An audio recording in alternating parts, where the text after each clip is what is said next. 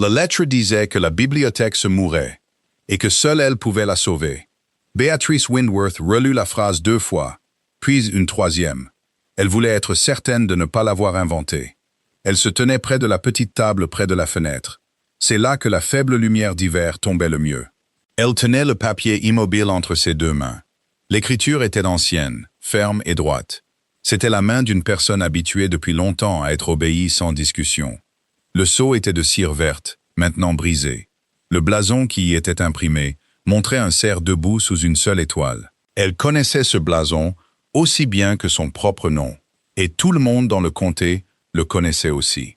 Hemore, Mademoiselle Windworth, commençait la lettre. On m'a dit que vous réparez les livres.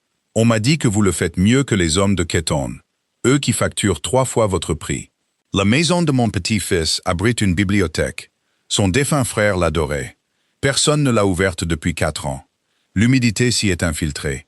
J'aimerais qu'on y remette de l'ordre avant que tout ne soit perdu. Venez à Holly Park le 15.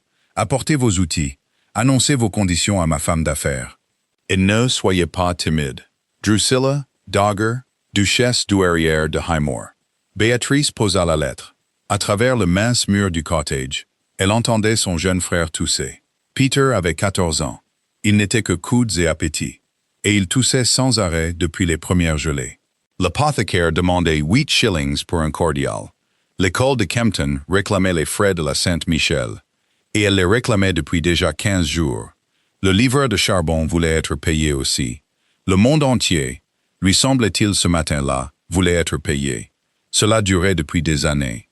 C'était une longue file patiente qui avait commencé le jour même de la mort de son père. Son père avait été un érudit, un ecclésiastique et un homme pauvre, dans cet ordre malheureux.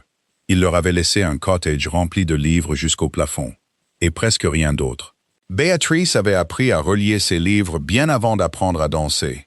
Elle l'avait appris parce qu'il le lui avait enseigné, assise à ses côtés pendant les longues soirées d'hiver, pliant, cousant et pressant, la bonne odeur de colle et de cuir s'imprégnant dans ses cheveux.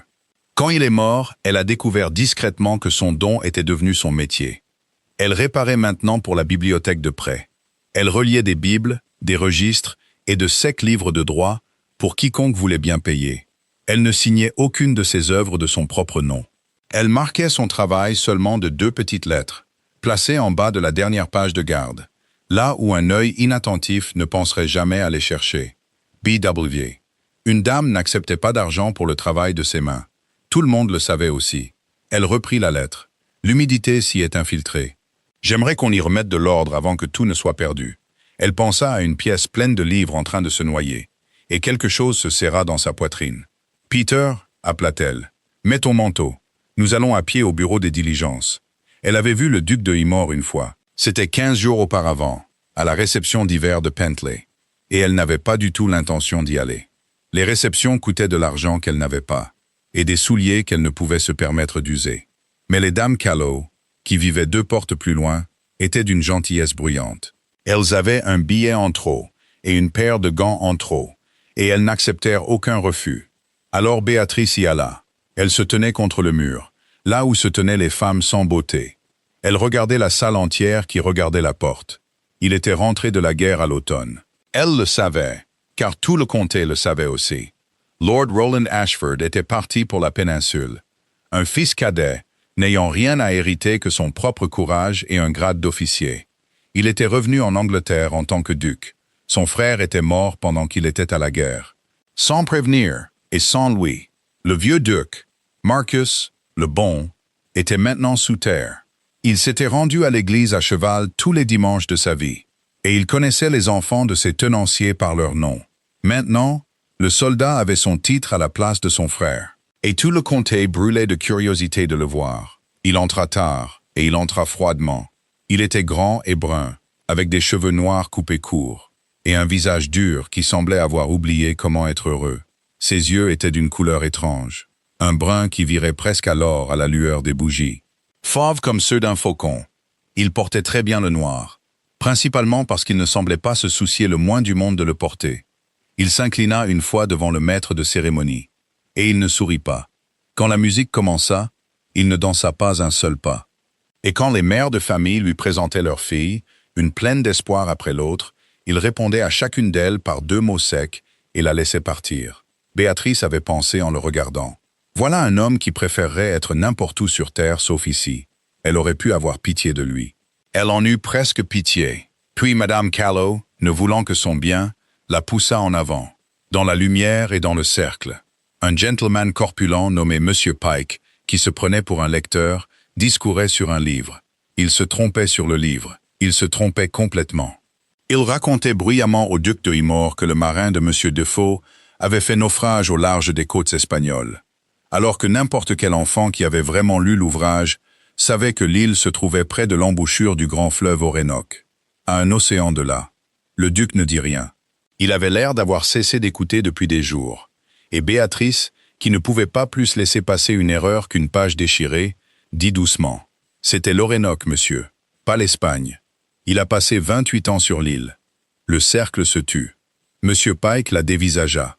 Les mères de famille la dévisagèrent, et le duc tourna lentement ses yeux d'or brun vers elle. Il la regarda pour la première fois.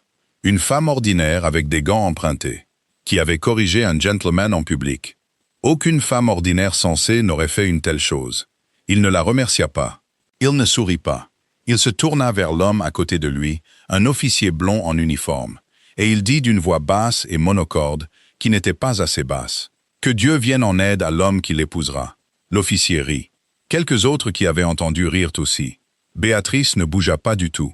Elle sentit la chaleur monter dans sa gorge et s'installer, brûlante, sur son visage. Elle garda le menton parfaitement droit. Les larmes étaient exactement ce qu'une telle assemblée attendait d'une femme, et elle avait appris il y a longtemps à ne jamais donner à une assemblée ce qu'elle voulait. Alors elle fit la révérence et retourna contre le mur, là où se tenaient les femmes sans beauté. Elle resta jusqu'à ce qu'il eût été impoli de partir. Puis elle partit, et elle marcha les 2 longs miles jusqu'à chez elle dans le froid, ses souliers empruntés tenus soigneusement à la main. Elle ne pleura pas non plus à ce moment-là. Elle pensait seulement, encore et encore, qu'elle aurait aimé lui dire que le marin était rentré chez lui à la fin. Après toutes ces années de solitude, il est rentré chez lui, et sa maison lui était étrangère. Et il est resté quand même. Elle avait pensé qu'elle ne reverrait jamais cet homme. Maintenant, la lettre de sa grand-mère reposait sur sa table, et le 15 tombait un jeudi. Elle passa les 2 jours précédant le jeudi dans une frénésie de préparatifs. Il fallait s'occuper de Peter. Elle l'emmena chez les dames Callow. Elles furent ravies de l'accueillir, et promirent fidèlement de lui donner ses remèdes, de le nourrir et de lui faire réciter son latin. Il fallait vérifier ses outils un par un, les envelopper dans leur tissu huilé, les plioirs en os, le cousoir, le couteau à parer, les petits pots de colle qu'elle préparait elle-même. Il fallait brosser sa robe de serge grise, et laver et repasser son unique beau col, afin d'arriver avec l'apparence d'une dame, et non d'une mendiante. Elle avait très peu de choses, mais ce qu'elle avait était propre, réparé et à elle. Le jeudi, elle partit pour Holly Park sur la charrette du transporteur, son rouleau d'outils sur les genoux et le cœur battant la chamade. La route quittait la petite ville de Marché et s'enfonçait dans une campagne plus froide et plus vide, faite de champs nus et de haies noires d'hiver. Le trajet faisait bien 8 miles avec la lente charrette du transporteur. Hobbs le transporteur, un homme silencieux, ne dit rien du tout du trajet, sauf pour dire à son cheval patient d'avancer. Cela convenait très bien à Béatrice, car elle avait beaucoup de choses à penser, et aucune envie de les dire à voix haute. Elle pensait à la pièce pleine de livres en train de se noyer. Elle pensait à la somme promise par la lettre et à ce qu'elle pourrait acheter. L'école, l'apothicaire, le charbon. Tout un hiver de répit. Elle ne se permit pas de penser à l'homme aux yeux fauves, celui qui avait fait rire toute une salle à ses dépens. Elle allait chez lui pour travailler, pas pour être vue. Elle l'avait déjà décidé. Holly Park se dressait au bout d'une allée de tilleuls qui n'avait pas été taillée depuis des années. La maison était énorme, et elle était à moitié endormie. Elle vit ces 2 choses à la fois. La grande fontaine de pierre dans la cour d'honneur était sèche, et pleine des feuilles mortes de l'année précédente. Bien les 2 tiers des hautes fenêtres étaient fermées par des volets. Un seul mince filet de fumée s'élevait d'une cheminée sur 40. C'était une maison qui s'était tranquillement repliée sur la plupart d'elle-même. Comme un homme qui s'est appris à vivre dans une petite pièce de son propre cœur, et à verrouiller tout le reste. Le majordome la fit entrer. Il était vieux et voûté, et s'appelait Bligh. Et il regarda son rouleau d'outils comme si c'était un objet d'un autre pays. Sa grâce vous attend, dit-il. Par ici. Il la conduisit à travers un hall où les tableaux étaient sous des housses de toile. Puis il monta un escalier et longea une galerie, jusqu'à une pièce où un feu brûlait réellement. Dans un fauteuil à côté, se tenait la plus petite et la plus droite des vieilles femmes que Béatrice ait jamais vues. Elle avait une canne en bois noir et un visage de faucon intelligent devenu vieux, et des yeux qui parcoururent Béatrice du chapeau aux bottes en un seul passage, et ne manquèrent rien. « Vous êtes plus jeune que je ne l'espérais, » dit la duchesse douairière de Himor, « et plus mince. Asseyez-vous. » Blague, apportez quelque chose de chaud à cette jeune fille. Elle a fait 8 miles dans une charrette ouverte, et elle est trop fière pour dire qu'elle a froid. Béatrice s'assit. « J'ai froid, votre grâce, » dit-elle. « Il n'y a pas de fierté à cela. » La bouche de la vieille femme tressaillit. « Non, dit-elle. Il n'y en a pas. » Bien. Elles se regardèrent. « Vous savez pourquoi vous êtes ici ?» dit la douairière. « Vous avez écrit que la bibliothèque se mourait. C'est le cas. » La canne frappa une fois sur le sol. Mon petit-fils Marcus aimait cette pièce plus que tout, sauf la terre. Quand il est mort, mon autre petit-fils l'a fermée à clé. Il a tourné la clé et a dit au domestique de ne pas l'ouvrir.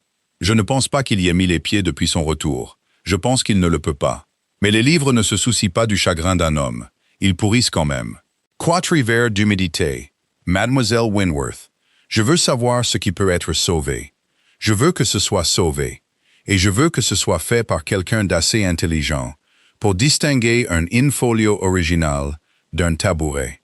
Ce qui exclut toutes les âmes actuellement sous ce toit, moi y compris. Le duc, dit Béatrice avec précaution. Le duc souhaite-t-il que cela soit fait? La douairière la regarda longuement. Le duc, dit-elle, ne souhaite rien. C'est tout son problème. C'est moi qui souhaite que ce soit fait. C'est ma maison jusqu'à ce que j'y meure, et j'ai décidé. Il ne vous arrêtera pas. Il prétendra que vous n'êtes pas là. Vous trouverez cela beaucoup plus facile que l'alternative. Elle se pencha en avant sur sa canne. Maintenant, on m'a dit que vous fixez votre propre prix et que vous en êtes timide. Ne le soyez pas. Que demandez-vous? Béatrice nomma une somme. C'était pour elle une somme énorme. Elle paierait l'école, l'apothicaire et le charbon. La douairière fit un geste de la main. « Doublez-la, dit-elle. La pièce a attendu 4 ans. Ne l'insultez pas en venant à bas prix. » On lui donna une petite chambre sèche dans l'aile encore habitée, et une place à la table des domestiques et la clé de la bibliothèque. Les domestiques l'accueillirent comme une maisonnée bien établie accueille une étrangère, avec beaucoup d'observation et un réchauffement lent. La gouvernante, Madame Onslow, était une femme large et gentille. Elle dirigeait ce qui restait de la maison depuis un grand trousseau de clés à sa taille. Elle portait en permanence un air de chagrin pour les jours meilleurs, quand il y avait plus de maisons à gérer et plus de mains pour le faire. Elle montra à Béatrice où les choses étaient rangées, et lui dit à voix basse quels passages étaient sûrs après la tombée de la nuit, et lesquels avaient perdu leur plancher à cause de l'humidité. Une femme de chambre nommée Dorcas, aux yeux vifs et amicales, lui apportait de l'eau chaude le matin, et restait pour bavarder quand elle osait. C'est d'elle, au cours des longs soupers tranquilles en bas, que Béatrice apprit la véritable forme de la maison. Elle alla seule à la bibliothèque le premier soir, avec une bougie. La porte était gonflée dans son cadre. Elle dut s'y appuyer de toute son épaule. Quand elle céda, l'odeur vint à sa rencontre. L'odeur de papier mouillé, de plâtre froid et de moisissure. Une odeur douceâtre et pourrie. L'odeur d'une chose laissée trop longtemps dans le noir. Elle leva la bougie. Cela avait été une pièce magnifique. Elle pouvait le voir, même maintenant. Elle s'étendait sur toute la profondeur de la maison, sur 2 étages, avec une galerie autour des étagères supérieures, et une grande fenêtre cintrée à l'extrémité, noire maintenant avec la nuit derrière elle. Les étagères montaient dans l'ombre, des milliers de livres, et le long du mur nord, les étagères étaient en ruine. L'humidité était passée par une gouttière cassée, les livres étaient gonflés dessus comme des noyers, leur dos éclaté, leurs plats recourbés. Certains avaient fusionné en une seule brique grise de pulpe, qui avait été autrefois 6 volumes distincts de sermons de quelqu'un. Béatrice se tenait au milieu de la pièce et tourna lentement sur elle-même. « Oh » dit-elle doucement. « Oh, ma pauvre chose !» Elle ne parlait pas à une personne. Elle parlait à la pièce. Elle posa la bougie sur une table, enleva son châle et commença. C'est ainsi que le duc de Himor la trouva 1 heure plus tard. Elle n'entendit pas la porte. Elle était à genoux sur le sol humide du mur nord. Elle séparait un in-quarto gonflé, feuille par feuille, avec le plioir en os plat qui avait appartenu à son père, en lui murmurant des mots. Elle était si absorbée par son travail que tout le reste de la maison avait disparu. Quand elle leva les yeux, il se tenait juste à l'intérieur de la porte, avec un chandelier à la main, l'observant, et elle ne savait pas depuis combien de temps il était là. Elle se releva. Ses mains étaient noires de moisissure et de colle. Elle fit la révérence. « Votre grâce ». Il ne lui répondit pas tout de suite. La lumière des bougies se déplaça lentement sur son visage dur et froid. Ses yeux fauves passèrent de ses mains ruinées et noircies au mur en ruine derrière elle, puis à la petite rangée ordonnée qu'elle avait déjà faite le long de la table sèche. Là reposaient les livres qu'elle jugeait pouvoir encore sauver. Ouverts comme autant de patients, quelque chose traversa son visage et disparut avant qu'elle ne puisse y mettre un nom. « Vous êtes la femme de la réception, » dit-il. Alors il se souvenait. « Je le suis, votre grâce. » Elle attendit. Elle pensait qu'il dirait quelque chose à propos de cette nuit-là. Elle était prête à l'entendre et à ne rien laisser paraître. Il ne le fit pas. Il regarda le mur nord pendant un long moment et sa mâchoire se serra. Et il dit seulement, de la voix monocorde dont elle se souvenait, « Ne laissez pas les femmes de chambre toucher à quoi que ce soit. Elles jetteront ce qui semble abîmé. Tout dans cette pièce reste dans cette pièce jusqu'à ce que vous disiez le contraire. Oui, votre grâce. » Il se tourna pour partir. À la porte, il s'arrêta. Il ne se retourna pas vers elle. « C'était l'outil de mon frère, dit-il. Le couteau en os. Il en utilisait un de la même forme pour les pages qu'il coupait lui-même. C'était celui de mon père, votre grâce. » Il resta silencieux un moment. « Alors on vous a bien appris à tous les deux, dit-il. » Et il sortit et referma la porte gonflée derrière lui, aussi doucement que si la pièce dormait. Le travail était lent et sale, et Béatrice l'adorait. Elle avait un système élaboré au fil des ans, et elle s'y tenait fidèlement. Chaque livre des étagères en ruine arrivait d'abord sur la longue table près de la fenêtre, là où la lumière et le feu pouvaient tous deux l'atteindre. Là, elle jugeait chacun froidement, comme un chirurgien juge. Les morts, elle les mettait de côté dans une simple caisse en bois, pleurés, mais non réparés. Ceux que l'eau avait emportés au-delà de toute sauvegarde. Les vivants, elle les ouvrait et les dressait sur leurs pages éventées pour sécher. Ils formaient une centaine de petites tentes de papier le long des tables et des dossiers de chaises, jusqu'à ce que toute la pièce ressemble à un étrange verger blanc en fleurs. Les plus gravement blessés, elle les démontait entièrement. Elle coupait le vieux fil pourri, retirait les plats, décollait le dos en ruine. Elle plaçait les cahiers nus dans sa presse, entre des feuilles de buvard propres, et les tournait 2 fois par jour. Elle extrayait l'humidité très peu à la fois, pour que le bon papier ne gondole pas et ne se déforme pas. Le plioir en os de son père était dans sa main du matin au soir. Il pliait, il soulevait, il aidait. Il était chaud de sa paume et usé à la forme de sa prise, et quand elle était fatiguée, elle le tenait comme une autre femme tiendrait un chapelet. La douairière venait la plupart des après-midi, s'appuyant lourdement sur sa canne noire pour voir ce qui avait été fait depuis sa dernière visite. Elle était critique sur chaque chose et ne se réjouissait de rien du tout. Béatrice comprit en une semaine que c'était simplement la façon de la vieille femme de montrer qu'elle s'en souciait. « Celui-là » dit un jour la douairière, pointant sa canne vers un petit livre séchant sur la table. « Qu'est-ce que c'est » Béatrice le souleva doucement. « Un livre de voyage. Votre grâce. Très usé. Quelqu'un l'a lu de très nombreuses fois. » Elle tourna les plats gonflés. Il y a 2 noms de garçons écrits à l'intérieur de la couverture. Marcus et Roland. La vieille femme resta silencieuse. Il le lisait dans la nurserie, dit-elle enfin.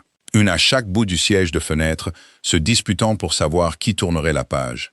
Marcus voulait être marin. Roland voulait être soldat. Un son sec qui n'était pas tout à fait un rire. L'un d'eux a eu son vœu exaucé. Je n'ai jamais été sûr que ce fût une bonté. Elle frappa de sa canne et s'en alla. Le duc lui-même, Béatrice le voyait rarement, et toujours de la même manière distante. Il était une silhouette au fond d'une galerie, un cavalier sur la crête hivernale, une ombre qui tournait un coin juste au moment où elle arrivait. Il restait près de ses propres appartements et de ses propres terres. Il sortait à cheval par tous les temps, dur et seul, sur un grand beil décharné qu'aucun palefrenier de l'écurie ne voulait s'occuper. Il ne dînait pas avec sa grand-mère, et il n'ouvrait pas les volets. Les domestiques parlaient de lui toujours à voix basse et prudente. La voix que les gens gardent pour les malades et les dangereux. C'est d'eux, au souper en bas, que Béatrice apprit le reste. Elle apprit que Marcus était mort d'une fièvre par un mois de novembre pluvieux. 4 années passèrent. Son frère était à 1000 miles de là, à la guerre. Et il n'y avait aucun moyen de le joindre à temps. Elle apprit que les lettres s'étaient croisées. La nouvelle de la mort de Marcus était partie pour la péninsule. Dans les semaines mêmes où les dernières lettres de Roland arrivaient encore à la maison. Pendant un certain temps, la maisonnée du défunt avait continué à recevoir des nouvelles. Pour un homme qui ne pouvait pas les lire, elle apprit que Lord Roland était rentré en Angleterre au printemps. Il était revenu à un titre qu'il n'avait jamais voulu, et à un frère déjà depuis une saison dans le cimetière. Il était arrivé dans une maison qui s'attendait à ce qu'il soit Marcus, et qui ne pouvait lui pardonner d'être quelqu'un d'autre à la place. C'était le sauvageon en grandissant. Lui raconta le vieux blague au souper des domestiques. Maître Roland, toujours dans les ennuis. C'était Maître Marcus, qui maintenait la paix entre lui et leur père. Maintenant, il n'y a plus de Marcus pour la maintenir, ni de père non plus. Et pas de guerre où déverser sa colère. Le vieil homme secoua la tête. Un homme comme ça, il a tous ses sentiments, et nulle part où les mettre. Alors il ne les met nulle part. Il les enferme comme la bibliothèque. Béatrice y pensa beaucoup. Agenouillée sur le sol froid du mur nord, Lady Storrow arriva la 3e semaine. Béatrice sut qu'elle était source d'ennui avant même de connaître son nom, de la même manière qu'on sent le temps qu'il va faire. Elle entendit la voiture entrer dans la cour d'honneur. Une belle voiture, la première qu'elle entendait à Holly Park. 1 heure plus tard, la porte de la bibliothèque s'ouvrit sans qu'on frappe. Une belle femme entra, venant du froid. Elle resta là, regardant la pièce comme si chaque pierre lui appartenait, et la trouvait tristement déficiente.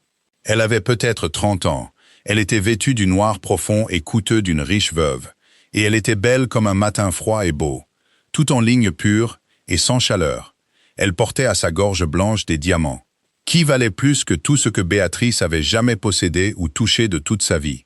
Elle regarda les tentes de papier séchant et la caisse de livres en ruine, et la femme à genoux avec les mains noires, et sa bouche se courba. « Alors c'est vrai, dit-elle à personne.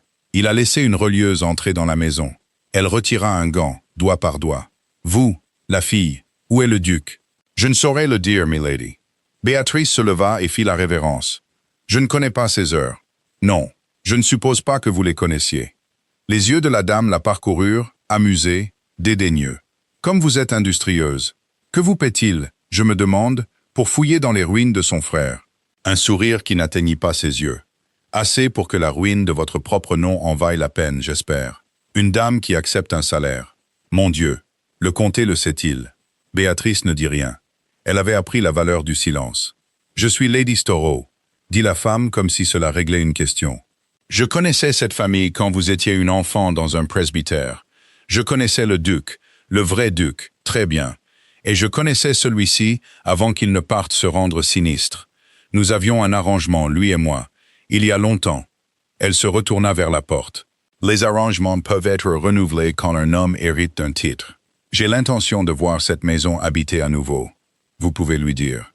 Lady Storrow a appelé, si par hasard vous parvenez à attirer son attention en fouillant. Elle sortit. Le froid émanait d'elle comme un courant d'air. Béatrice resta un moment debout, puis se remit à genoux devant son mur. Mais ses mains n'étaient pas tout à fait stables, et il lui fallut un certain temps pour comprendre pourquoi. Ce n'était pas l'insulte. Elle était blindée contre les insultes. Elle s'y était entraînée toute sa vie. C'était la phrase « un arrangement », lui et moi, et la façon dont la femme avait dit celui-ci. Comme si Roland Ashford était un article de moindre qualité, sorti du mauvais tiroir, un substitut qu'on pourrait retourner. Elle pensa, on l'a appelé le mauvais frère dans sa propre maison pendant 4 ans. Elle ne savait pas pourquoi cette pensée devait la troubler. Nous allons faire une très courte pause. Si vous ne voulez pas manquer les nouvelles histoires, n'hésitez pas à vous abonner à la chaîne. C'est le livre de voyage de leur enfance qui changea les choses entre eux. Elle l'avait sauvé, bien que ce fût de justesse. Les plats étaient irréparables, alors elle en avait fabriqué de nouveaux en bois nu. La carte marine au début était piquée au point d'être irrécupérable, mais le texte lui-même était intact et en bon état. Elle avait lavé les feuilles les plus tachées, les avait séchées et pressées soigneusement à plat. Elle avait recousu les cahiers sur de nouvelles ficelles de ses propres mains, Elle lui donnait un nouveau dos en veau foncé tard un soir, toute seule, quand le duc entra silencieusement. Il venait plus souvent maintenant, dans les longues soirées, et il ne parla jamais de la raison. Il prenait une chaise dans l'ombre et s'asseyait à l'autre bout de la table, avec un verre de quelque chose qu'il ne prenait pas la peine de boire. Il la regardait travailler de ses mains. Parfois, 1 heure entière s'écoulait, sans qu'un mot ne soit échangé entre eux. Elle s'y était habituée et avait cessé, pour la plupart, d'en avoir peur. Il y avait une étrange sorte de paix à être observé par un homme qui ne voulait rien d'elle que son silence. Ce soir-là, il vit le livre sous ses mains et s'immobilisa. « C'est le livre des voyages, dit-il. Oui, votre grâce. Il était très malade, je pense qu'il ira bien maintenant. » Il se leva et s'approcha lentement d'elle le long de la table. Et il se tint au-dessus d'elle. Il regarda le petit livre sombre avec son nouveau dos et ses vieilles pages lavées. Et Béatrice vit quelque chose se produire sur son visage dur. Quelque chose qu'elle n'y avait jamais vu auparavant. Le froid en disparut d'un coup, comme le givre d'une fenêtre. Ce qui restait en dessous était si brut et si jeune qu'elle détourna le regard, pour lui accorder la simple décence de ne pas être vue. « Puis-je » dit-il. Et ce n'était pas tout à fait une question. Elle leva les mains. Il prit le livre dans ses 2 mains avec précaution, comme s'il pouvait se briser à un souffle. Il ouvrit la couverture là où 2 petits garçons avaient griffonné leur nom. Il y a de longues années d'enfance. Marcus Roland. L'encre était devenue brune, les lettres soignées et grandes. Comme les enfants écrivent les choses qui comptent le plus pour eux. Il resta là à regarder les 2 noms pendant un long moment, sans rien dire du tout. « Il me le lisait », dit le duc. « Je ne savais pas encore lire, et il me le lisait tous les soirs. Les mêmes voyages, jusqu'à ce que je puisse dire les mots avant lui. Il faisait toutes les voix, la plus petite rupture possible dans la voix monocorde. Je n'ai pas été capable d'ouvrir cette pièce. Je me disais que c'était parce qu'il y avait tant de choses abîmées. C'est un mensonge. Je ne pouvais pas l'ouvrir parce qu'il est dedans. Chaque livre dans cette pièce, il l'a touché. Et j'ai laissé pourrir plutôt que d'entrer et de le trouver parti. Béatrice ne lui dit pas que ce n'était pas sa faute. Elle ne lui dit pas que le chagrin était une chose naturelle, ou que le temps finirait par le guérir, ou aucune des autres choses gentilles et inutiles que les gens disent dans de tels moments.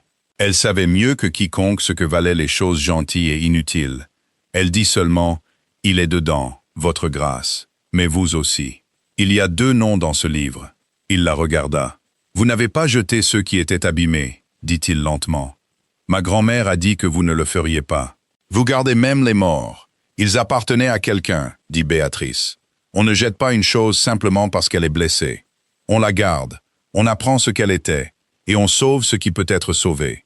Et le reste, on le dépose doucement. C'est tout mon métier, votre grâce. Ce n'est pas un grand métier, mais j'y crois. » Le duc posa le petit livre de voyage sur la table entre 2, dans le cercle de lumière de la bougie. « Je vous ai dit une chose cruelle, dit-il, lors de cette réception. Je le sais chaque jour depuis que vous êtes entré dans cette maison. » Béatrice resta très immobile. « J'étais fatigué, dit-il, et j'étais en colère, mais pas contre vous. Et j'ai pris l'habitude d'être cruel depuis 4 ans, parce que c'est plus facile que l'alternative. Rien de tout cela n'est une excuse. Vous étiez la seule personne dans cette pièce à me dire la vérité sur une petite chose. Quand tout le monde était occupé à me raconter des mensonges flatteurs sur une grande, et je vous en ai puni. Je suis désolé. C'était la toute dernière chose à laquelle elle s'attendait, et cela la défie bien plus que la cruauté ne l'avait fait. Vous avez dit, commença-t-elle, et dû s'arrêter et recommencer. Vous avez dit que Dieu vienne en aide à l'homme qui l'épousera. Je l'ai dit. Les gens ont ri. Je sais. Sa mâchoire était crispée. J'ai fait rire toute une salle d'une femme, pour le crime d'avoir raison. C'est la chose la plus méprisable que j'ai faite depuis mon retour. Et j'ai fait beaucoup de choses méprisables depuis mon retour. Il la regarda fixement. Je ne vous demande pas de le pardonner. Je voulais seulement que vous sachiez que je le sais. Béatrice baissa les yeux sur le plioir en os de son père, chaud dans sa main. Je l'ai pardonné il y a 3 semaines, dit-elle. Le jour où j'ai vu cette pièce. Tout homme qui laisserait une chose qu'il aime pourrir dans le noir, plutôt que de la regarder. Ce n'est pas un homme cruel, votre grâce. C'est un homme qui souffre beaucoup, et qui n'a plus de moyens de le dire. Elle croisa son regard. J'ai réparé assez de choses brisées pour connaître la différence. Le feu crépita dans l'âtre. Dehors, très loin, un hibou ulula une fois. Le duc ne dit rien, mais quelque chose bougea au coin de sa bouche dure. Pas tout à fait un sourire, presque. Bonne nuit, mademoiselle Wentworth, dit-il. Bonne nuit, votre grâce. Il alla à la porte et s'y arrêta, et il dit sans se retourner. Roland, votre grâce. Mon nom, dit-il, dans cette pièce. Quand il n'y a personne pour l'entendre et être scandalisé. Mon frère est la seule personne qui l'utilisait dans cette maison, et je trouve que le son me manque beaucoup. Une pause. Vous n'êtes pas obligé. C'était une chose stupide à demander. Roland, dit Béatrice, essayant la forme du nom. Elle vit ses épaules se détendre, comme si un poids s'était déplacé. Bonne nuit, dit-il à nouveau. Et cette fois, c'était doux. Et cette fois, il était parti. Béatrice resta seule dans le cercle de lumière de la bougie avec le livre de voyage. Et elle était très heureuse que personne ne puisse voir son visage. La reliure ne pouvait avancer sans matériaux. Et les matériaux ne se trouvaient pas à Holly Park. Elle avait besoin de veau et de maroquin pour les nouvelles reliures. Elle voulait de bons cartons, du papier marbré pour les pages de garde, des tranches-fil en soie, du fil de lin solide. Et il n'y en avait pas une miette dans la maison. L'endroit le plus proche qui conviendrait était Kelleton, la ville principale du comté. Une journée entière aller-retour sur de mauvaises routes. Et il y avait une autre affaire en plus. Il y a des années, lui raconta Madame Onslow, lorsque la bibliothèque fut fermée pour la première fois. Une douzaine de caisses des meilleurs livres avaient été envoyées à la résidence de ville des Imore à Kempton pour être mises en sécurité. Et elles y étaient restées depuis. Si la pièce devait être reconstituée, ces caisses devaient rentrer à la maison. Béatrice exposa la difficulté à la douairière, s'attendant à être envoyée avec le transporteur.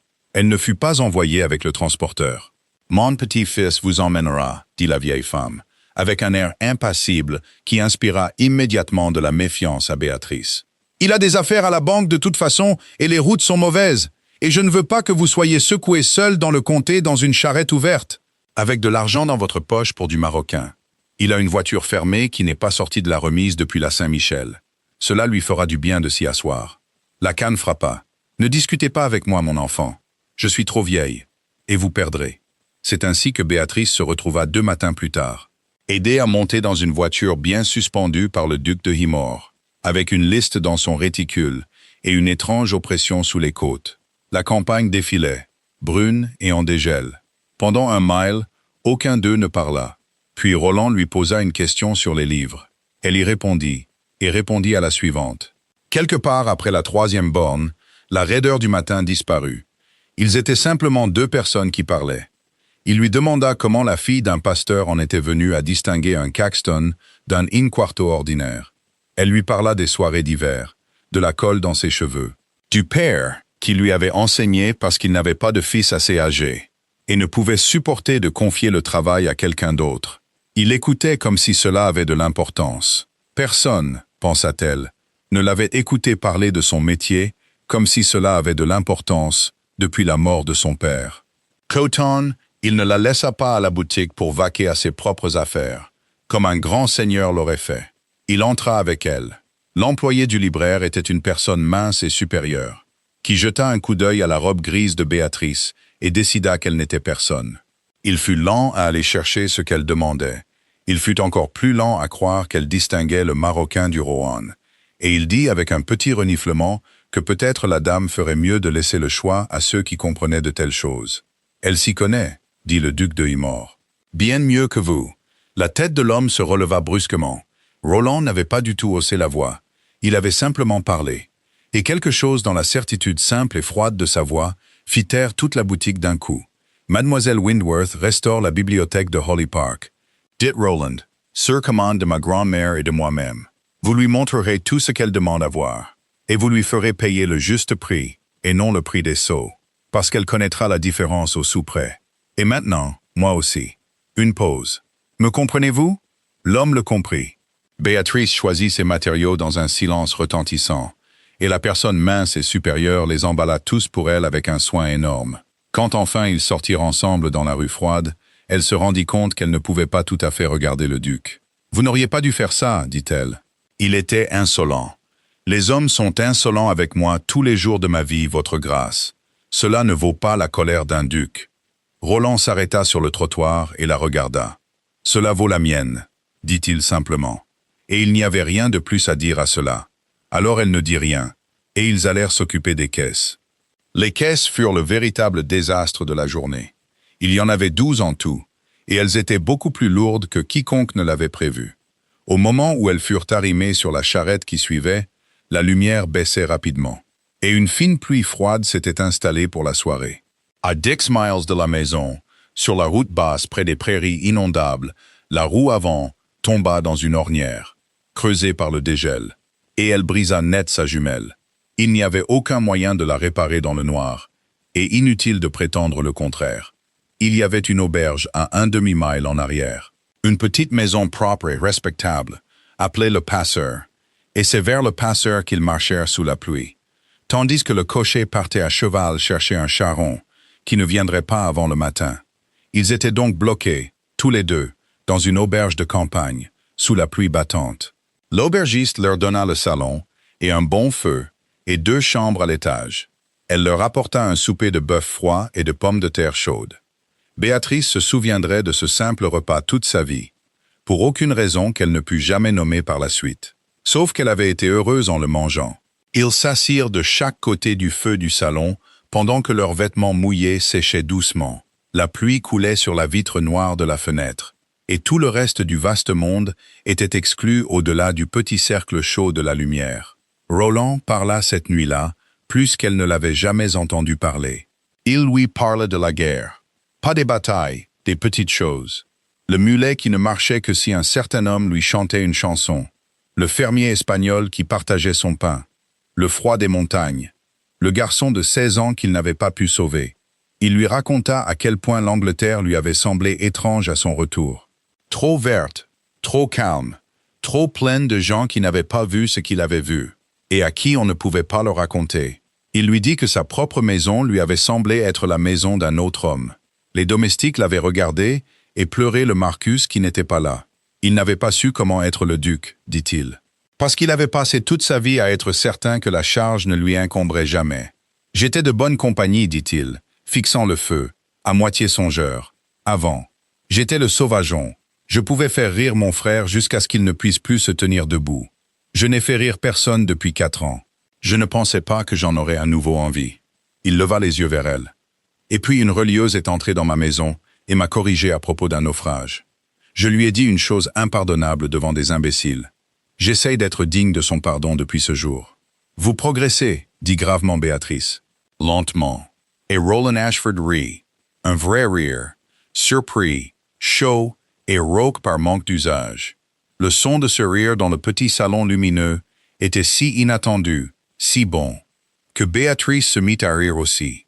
Pendant un instant, il n'y avait que 2 personnes près d'un feu sous la pluie. Il n'y avait plus de titres maintenant, ni de comté, ni de frères morts entre eux. C'était la chose la plus proche du bonheur qu'elle ait ressenti depuis des années. Ils continuèrent à parler jusqu'à ce que le feu baisse dans l'âtre, quand enfin elle monta dans sa chambre étroite et s'y allongea, écoutant la pluie. Elle comprit la seule chose qu'elle avait refusé de comprendre depuis 15 jours. Il ne servait plus à rien de prétendre le contraire. Elle était amoureuse du duc de Himor. C'était, se dit-elle, la situation la plus stupide et la plus désespérée dans laquelle une femme de sa condition pouvait tomber. Cela dit très fermement. Cela ne fit pas la moindre différence. Elle resta allongée et écouta la pluie sur le toit du passeur. Elle était, que Dieu lui vienne en aide, entièrement et tranquillement heureuse. Elle ne dormit pas pendant longtemps. Après cela, l'hiver changea, bien que le temps ne changeât pas. Il venait tous les soirs maintenant, et il ne prétendait plus apporter un verre qu'il ne boirait pas. Il venait plus tôt, et il travaillait à ses côtés. Cela commença la nuit où elle luttait pour descendre seule toute une étagère de in-folios noyés. Debout sur l'échelle de la bibliothèque, les bras pleins et perdant l'équilibre. Il traversa la pièce sans un mot et prit le lourd poids par en dessous. Après cela, ce fut simplement compris entre eux. Il allait chercher pour elle, il portait, et il tenait les lourds cartons stables pendant qu'elle collait. Il apprit sous ses mains patientes à plier une feuille droite et d'équerre. Elle regarda les doigts forts et émoussés du soldat devenir prudent sur le papier, et elle ne dit rien du tout sur à quel point c'était étrange et juste de les voir ainsi. Il parlait aussi, le soir. Un peu au début, puis beaucoup plus. Il lui parla de Marcus, de tout, enfin. Une nuit de neige où les congères montaient à mi-hauteur des fenêtres.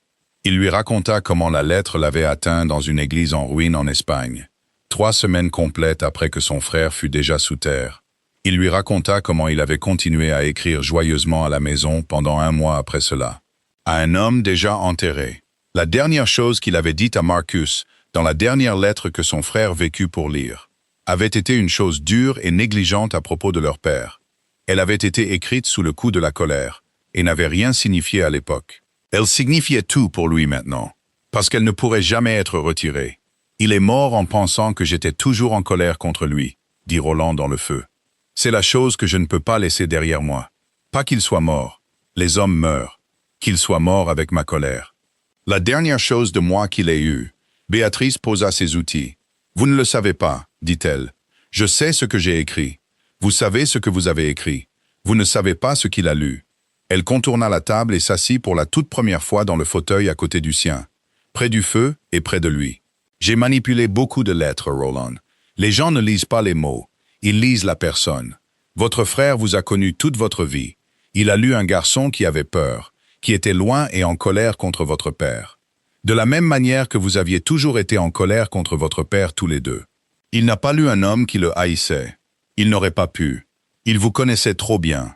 Roland resta silencieux un long moment. « Vous ne pouvez pas savoir ça, dit-il. » Mais il n'y avait plus de dureté dans sa voix maintenant. C'était presque une prière. Un homme demandant qu'on lui répète la chose. « Non, admit doucement Béatrice. Mais vous ne pouvez pas non plus savoir le contraire.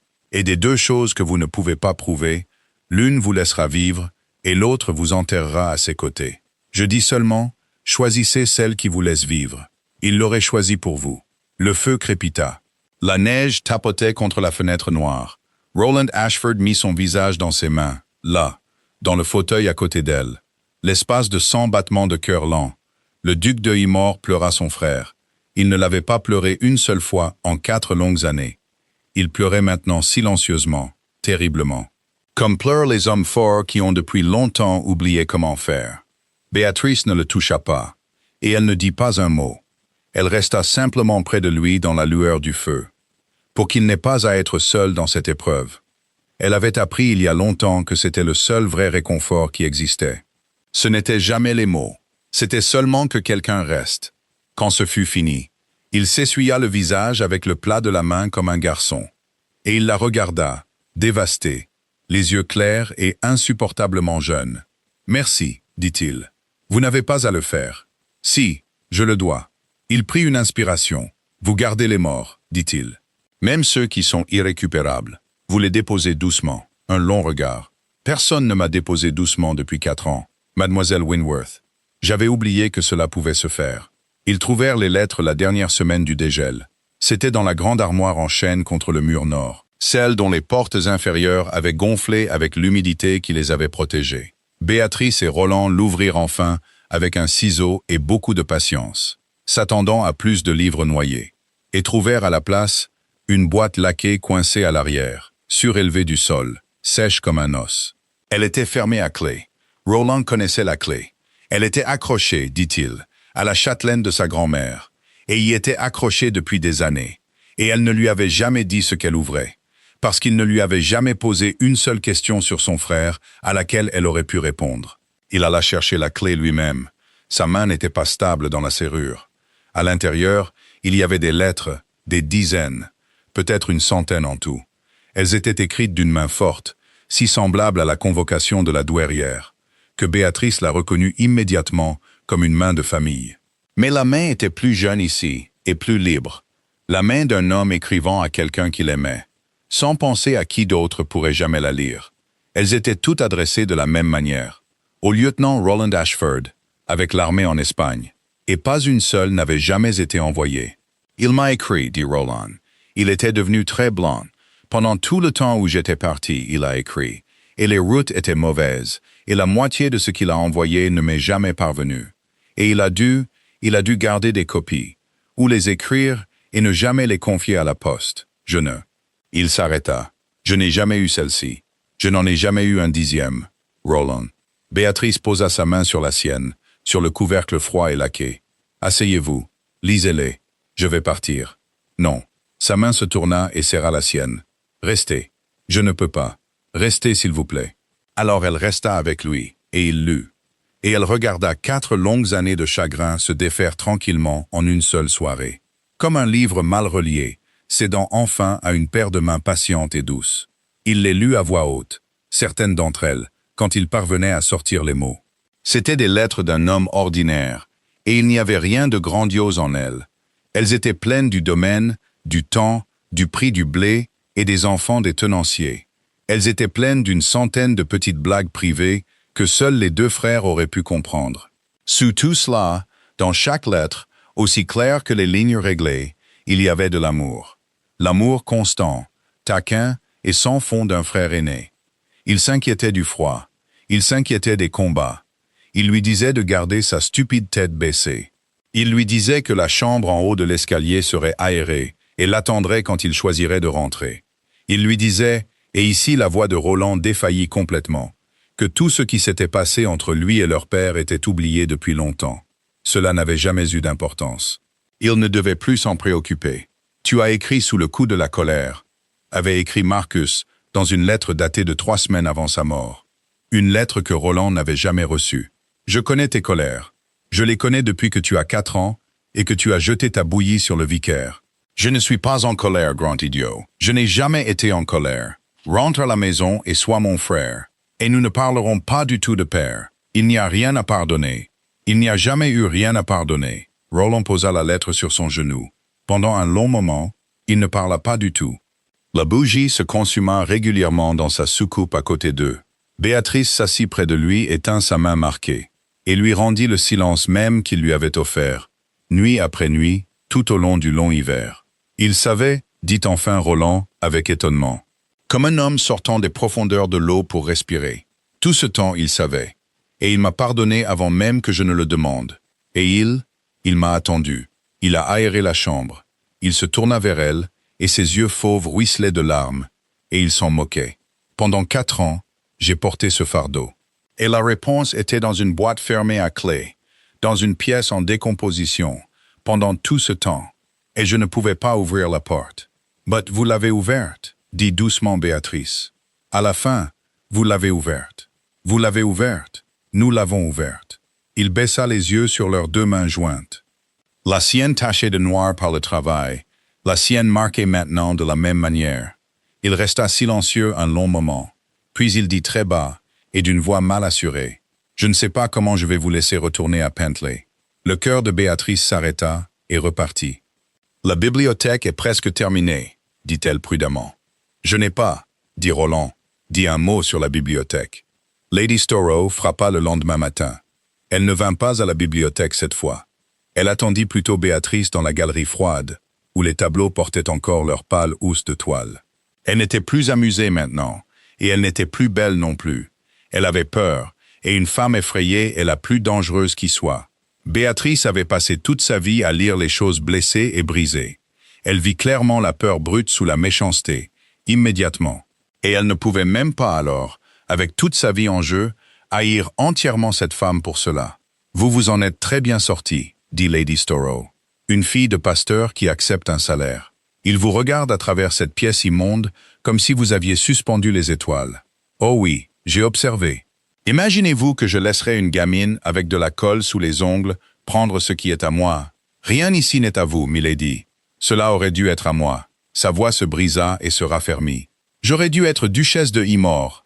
Je l'aurais été s'il n'était pas parti jouer les héros. Ne m'avait pas laissé vieillir en attendant. Storrow est mort maintenant. Le domaine est transmis à un cousin. J'ai mon douaire, mes dettes, mon nom, c'est tout ce que j'ai. Et je ne serai pas ruiné par une relieuse. » Elle s'approcha. « Alors voici ce que vous allez faire. Vous allez finir votre petite tâche, vous prendrez votre salaire et vous retournerez à Pentley. Et vous le refuserez s'il est assez stupide pour vous le demander. Parce que si vous ne le faites pas, » elle tira un papier plié de son réticule et le brandit. « Je suis allée à Pentley, dit-elle doucement. J'ai parlé à Madame Fisk de la bibliothèque de près. Une grande bavarde, Madame Fisk. Je sais que vous acceptez de l'argent pour le travail de vos mains, Mademoiselle Windworth. Une dame dans le commerce, comme n'importe quel souillon de commerçant. Je sais que vous avez signé une facture avec de fausses initiales pour le cacher. Je sais qu'il y a 2 ans, vous avez porté un paquet de livres reliés au logement privé d'un érudit célibataire à Kempton, seul, au crépuscule. et que vous avez été vu le faire 2 fois. Son sourire s'élargit. Rien de mal à cela. Bien sûr, je suis sûr que tout était tout à fait innocent. Mais le comté ne se soucie pas de l'innocence. Le comté se soucie de ce qui est vu. Un mot de ma part dans les bons salons, et vous êtes ruiné au-delà de toute réparation. Vous et ce petit frère poitrinaire que vous êtes si fiers de maintenir à l'école. Aucune maison respectable ne vous emploiera. Aucun homme respectable ne voudra de vous. Et celui-ci, ce duc qui est le vôtre, découvrira qu'en vous épousant, il est devenu la risée de 3 comtés. Ce qui est une chose qu'un homme fier ne survit qu'une seule fois. Il a déjà dépensé sa chance. Elle replia le papier. « Rentrez chez vous, mademoiselle Windworth, dit-elle. Rentrez chez vous et soyez pauvre et en sécurité. Ou restez et regardez-moi brûler tout ce que vous avez, le garçon y compris. C'est entièrement comme il vous plaira. » Béatrice resta très immobile là, dans la galerie froide, parmi les portraits voilés des défunts de Hymor. Et elle ne pleura pas et ne trembla pas. Bien que toute sa vie reposât maintenant dans la main gantée et douce de la femme. « Vous avez tout à fait raison, » dit-elle enfin doucement. « J'accepte de l'argent pour mon travail. Je n'en ai pas honte. Mon père est mort et nous a laissé ses livres et ses dettes. J'ai nourri mon frère de mes 2 mains. Je le referai demain, et 2 fois le dimanche. Quant à l'érudit de Quéton, il a 70 ans et est aveugle d'un œil. J'ai réparé son Hérodote. Je le lui reporterai au crépuscule ou à minuit, et laisserai tout le comté regarder. » Elle releva le menton. « Vous pouvez leur raconter tout cela, milady. Chaque mot est vrai. Je me demande seulement que vous pensiez que c'est une arme. Vous avez vécu si longtemps parmi des gens qui ont honte du travail honnête, que vous avez oublié qu'il y a des gens qui ne le sont pas. » Le visage de Lady Storrow devint blanc de rage. « Petite idiote, souffla-t-elle. Vous pensez qu'il voudra encore de vous quand j'aurai fait de vous un sujet de commérage? Je ne sais pas ce qu'il voudra, dit Béatrice. C'est à lui de décider. Pas à moi et pas à vous. Elle fit une révérence basse et correcte. Mais je ne serai pas chassée de cette maison par la peur, milady. Et je ne vous laisserai pas me faire honte de la seule chose que mon père m'a laissée, qui en valait la peine. Faites de votre pire. J'ai déjà été pauvre. Je connais le chemin. Je ne suis pas sûr que vous le connaissiez. » Et puis elle se tourna et s'éloigna le long de la galerie froide. Passant devant les visages voilés de tous les défunts de Hymor, son dos était très droit. Ses mains étaient parfaitement immobiles le long de ses flancs. Elle ne se retourna pas une seule fois pour voir la ruine qu'elle croyait laisser derrière elle. Elle arriva jusqu'à la porte de la bibliothèque avant que ses genoux ne cèdent enfin. Elle dut s'asseoir là, sur le sol froid du passage, dans le noir, ses bras enroulés fermement autour d'elle-même, et trembler comme une feuille dans le vent. Elle avait l'intention de ne rien lui dire. Elle l'avait décidé sur le sol du passage. C'était sa disgrâce, et elle la porterait elle-même. Et elle quitterait Holly Park tranquillement quand le travail serait terminé, avant que Lady Storrow ne puisse faire du garçon un sujet de commérage. Elle avait tout arrangé. Elle était très calme à ce sujet. Elle n'avait pas compté sur la douairière. La vieille femme la fit venir cet après-midi-là. Elle était assise bien droite près de son feu, sa canne noire posée sur ses genoux. Ses vieux yeux intelligents brillaient d'une fureur froide et dure, qui n'était pas, Béatrice le comprit lentement, dirigée contre elle du tout.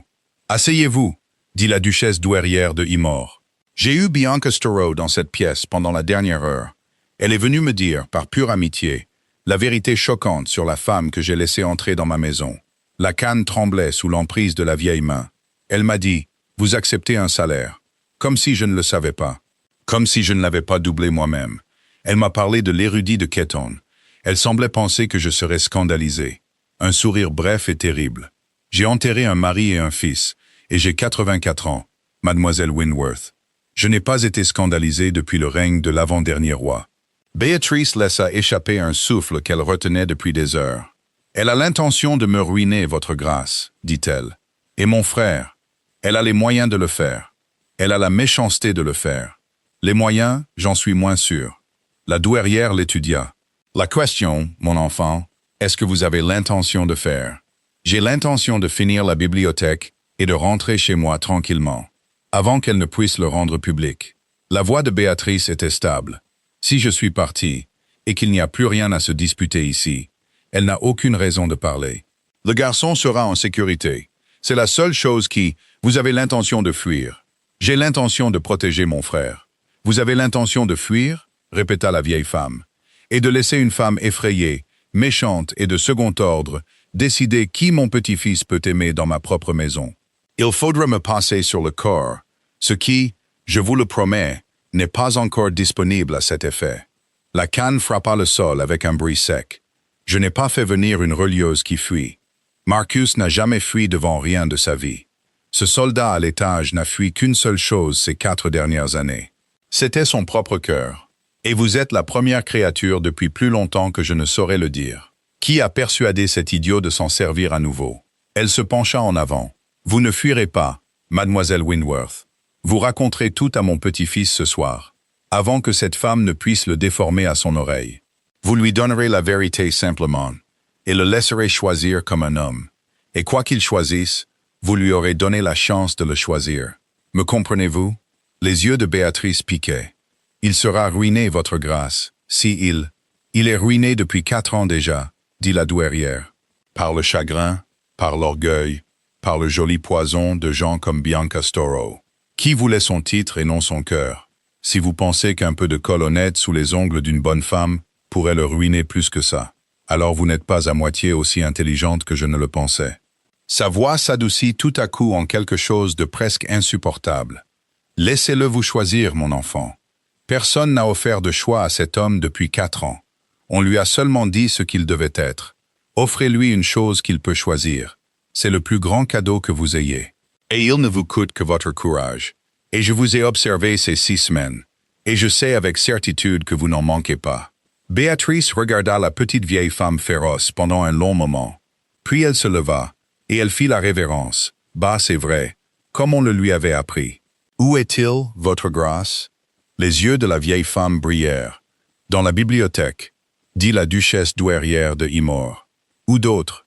Il vous attend, je pense. Bien qu'il préférerait être écorché vif que de le dire. Allez. Il se tenait à la grande fenêtre cintrée, quand elle entra. Regardant la dernière lumière grise mourir sur le parc en dégel, il se tourna dès qu'il entendit la porte. Ce qui était écrit sur son visage le fit traverser la pièce directement vers elle. « Que s'est-il passé ?» dit-il. Ce n'était pas une question. Sa voix était redevenue dure. Pas contre elle. Elle le comprenait maintenant. Plus jamais contre elle. Mais autour d'elle. De la même manière que la main d'un homme se ferme en poing face à une menace pour la chose qu'il tient. « Vous devez vous asseoir et me laisser tout vous raconter, » dit Béatrice. « Tout. Et ensuite vous devrez décider. Je ne vous en voudrais pas. Quoi que vous décidiez, promettez-moi d'abord que vous ne me mentirez pas pour être gentil. J'ai eu assez de gentillesse qui était un mensonge. Je préférerais avoir votre vérité, peu importe à quel point elle est tranchante. » Il la regarda. « Je le promets, dit-il. Dites-moi. » Alors elle lui raconta tout. Elle se tenait là, au milieu de la pièce en ruine et en renaissance. Autour d'elle, de tous côtés, se trouvaient les tables de livres séchants, la caisse des morts patients, les longues étagères montant dans le crépuscule. Et elle lui raconta tout. Elle lui parla des salaires et des fausses initiales, des frais de scolarité et du charbon. Elle lui parla du vieil érudit aveugle et de son Hérodote, et des 2 livraisons au crépuscule qu'une femme effrayée avait transformées en armes. Elle lui raconta, mot pour mot, ce que Lady Storrow avait l'intention de faire. À elle, à Peter et à son propre nom. Elle ne cacha rien et n'adoucit rien, et elle ne demanda rien. Alors vous voyez, conclut-elle, elle n'a pas entièrement tort. Je suis une dame qui travaille pour de l'argent. J'ai été vue là où une dame ne devrait pas être vue. Si vous deviez, s'il y avait jamais une question de, le comté dirait que vous vous êtes rendu ridicule. Et un homme fier ne survit à cela qu'une seule fois. Elle se força à soutenir son regard. Vous avez déjà dépensé votre chance, Roland. Je ne voudrais pas que vous la dépensiez à nouveau pour moi. Alors maintenant vous savez, et maintenant vous pouvez choisir. Je retournerai à Pentley demain matin, si c'est votre choix. Je ne vous en estimerai pas moins. Vous avez un nom, une maison, une grand-mère à protéger. Ce ne sont pas de petites choses. La bibliothèque était très silencieuse. Le duc de Himor se tenait parfaitement immobile et la regardait. Voici cette femme simple, féroce, honnête, avec de la colle sous les ongles, qui était entrée directement dans la tombe de son frère mort, et y avait laissé rentrer la lumière. Béatrice regarda son visage dur et froid, et ne put en lire une seule ligne. Son cœur battait si fort qu'elle était sûre qu'il devait l'entendre de l'autre côté de la pièce. Puis il rit. Ce n'était pas un rire cruel. Pas cette fois. C'était la dernière chose sur terre à laquelle elle s'attendait. Un rire bas, brisé, étonné. Le rire d'un homme à qui on vient de montrer la porte de sa propre longue prison, grande ouverte depuis le début. « Que Dieu vienne en aide à l'homme qui l'épousera, dit-il. » Béatrice tressaillit. « J'ai dit ça. » Roland continua en s'approchant lentement d'elle, dans une salle pleine d'imbéciles, à propos de la seule femme du comté assez intelligente pour me corriger et assez courageuse pour le faire. Je l'ai dit parce que j'étais trop lâche pour me permettre de ressentir la seule chose vraie dans une soirée de mensonges. Il s'arrêta devant elle. Il ne riait plus maintenant. Ses yeux fauves étaient féroces, humides et certains. « Je n'ai pensé à rien d'autre depuis 6 semaines, mademoiselle Windworth. Je suis resté éveillé, priant pour cet homme, ce pauvre misérable chanceux qui aura la chance de vous épouser. Priant qu'il soit digne de vous, priant que ce soit moi. » Il prit ses mains tachées de noir dans les siennes. « Laissez-moi être cet homme. Je ne suis pas digne de vous, je le sais, mais il n'y a personne en vie qui désire autant cette charge. Je passerai toute ma vie à essayer de grandir pour elle, et je m'en fiche. M'entendez-vous? Je me fiche éperdument de ce que disent 3 comtés. Qu'il rit, que Bianca Storrow fasse de son pire. J'ai été la risée de mon propre cœur pendant 4 ans. Je préférerais de loin être la risée du comté avec vous à mes côtés, que l'envie grave et respectable de celui-ci, seul. » Béatrice ne pouvait pas parler. « Vous m'avez dit, dit Roland plus doucement, que vous ne jetez pas une chose parce qu'elle est blessée, que vous la gardez, apprenez ce qu'elle était, et sauvez ce qui peut être sauvé. » Ses mains se resserrèrent sur les siennes. « Je suis une chose blessée, Béatrice. Je pourris dans le noir depuis 4 ans. Ne me jetez pas parce qu'on parlera de la réparation. Gardez-moi, apprenez ce que j'étais, sauvez ce qui peut être sauvé. Je vous demande d'être la relieuse pour une chose en ruine de plus, et je vous dis que les pages sont encore toutes là. Toutes, si seulement vous voulez bien les recoudre. C'est une façon très injuste de demander une femme en mariage, dit Béatrice d'une voix tremblante, d'utiliser ses propres mots contre elle. Je suis un soldat, dit-il. J'utilise les armes que j'ai. Et puis elle riait et pleurait en même temps. Ses bras l'entourèrent et la serrèrent fort. Elle pressa ses mains tachées de colle à plat contre le tissu noir du manteau du duc de Hymor, et sentit son cœur battre tout aussi fort que le sien. Aucun d'eux ne dit rien pendant un long moment. Il y a des moments que les mots ne peuvent que gâcher. Tous les deux, chacun dans son métier différent, connaissaient la vraie valeur d'un silence. « Vous ne m'avez pas répondu, dit enfin Roland dans ses cheveux. Béatrice recula juste assez pour le regarder. « Alors entendez ma réponse clairement, dit-elle, car je ne veux pas que vous en doutiez après. Je ne vous prends pas pour être en sécurité, ou pour être riche, ou pour être une duchesse. Je vous prends parce que vous avez gardé les livres en ruine de votre frère plutôt que de les brûler, parce que vous avez appris à plier une feuille droite avec des mains de soldat, parce que vous m'avez laissé vous voir pleurer et ne m'en avez pas haï après. Je vous prends parce que vous êtes la chose brisée la plus vraie que j'ai jamais réparée, et parce que je vous aime, Roland Ashford, au-delà de toute raison, de toute sécurité et de tous les 3 comtés. » Elle lui sourit à travers ses larmes. « Oui, que Dieu nous vienne en aide à tous les deux, oui. » Lady Storrow quitta Holly Park la semaine suivante, et elle ne fit pas de son pire à la fin, parce que la duchesse douairière de Hymor lui rendit visite d'abord. Béatrice ne sut jamais tout ce qui fut dit entre elles. Elle sut seulement que la douairière sortit ce matin-là dans la vieille voiture de voyage, sombre et droite, sa canne noire posée sur ses genoux. Elle revint 3 heures plus tard, l'air à la fois fatigué et tranquillement satisfait. Les dettes de Bianca Storrow, remarqua-t-elle en prenant son thé, étaient bien plus grandes que sa fierté.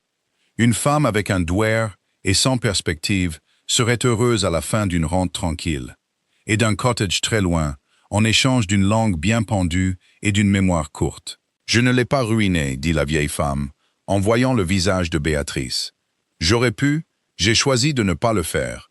C'est une créature effrayée, qui s'est mariée pour le pain, et a enterré son cœur avec un homme qu'elle n'aimait pas. Elle vous a regardé et a vu tout ce qu'on lui avait promis et qu'elle n'a jamais eu. Une gorgée de thé sèche. Il y a assez de punitions là-dedans sans que j'en rajoute. Laissez-la partir, être à l'aise et oublier. C'est une vengeance plus douce que celle qu'elle vous aurait montrée.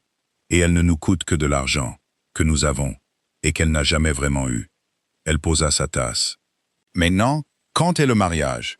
Et me permettra-t-on de vivre pour le voir? Ou avez-vous l'intention de relier des livres jusqu'à la fin des temps? Ils se marièrent au printemps.